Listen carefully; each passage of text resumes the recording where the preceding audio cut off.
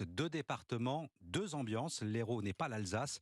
Emmanuel Macron a entendu d'un peu plus loin les concerts de sifflets et de casseroles, dispositif de sécurité oblige.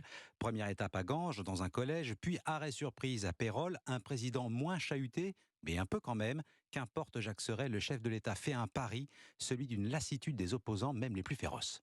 Oui, Emmanuel Macron est à l'offensive, aussi bien par les mots que par l'image. Table ronde en extérieur dans une cour de récréation de Ganges, verre en terrasse improvisée dans la commune de Pérols. Le chef de l'État veut montrer que les manifestants ne l'empêcheront pas de dérouler son programme. Nous n'avons pas de temps à perdre, glisse-t-il en faisant des selfies. Et le président n'y va pas par 4 chemins pour condamner la coupure de courant dans l'établissement scolaire orchestré par la CGT. Il faut séparer le désaccord de l'incivisme, juge-t-il hors micro. Et c'est alors que le président en vient presque à relativiser la séquence politique du moment. J'ai déjà connu ces fluctuations, analyse-t-il, comme s'il était intimement convaincu que ses opposants finiront bien par passer à autre chose. D'ailleurs, il n'écarte pas l'idée que son gouvernement puisse de nouveau actionner un 49-3. Si Elisabeth Borne a annoncé qu'elle ne souhaitait plus y avoir recours en dehors des textes budgétaires, lui assume. Confidence du président hors micro, je ne suis pas responsable des interviews de la première ministre. Jacques Serret du service politique d'Europe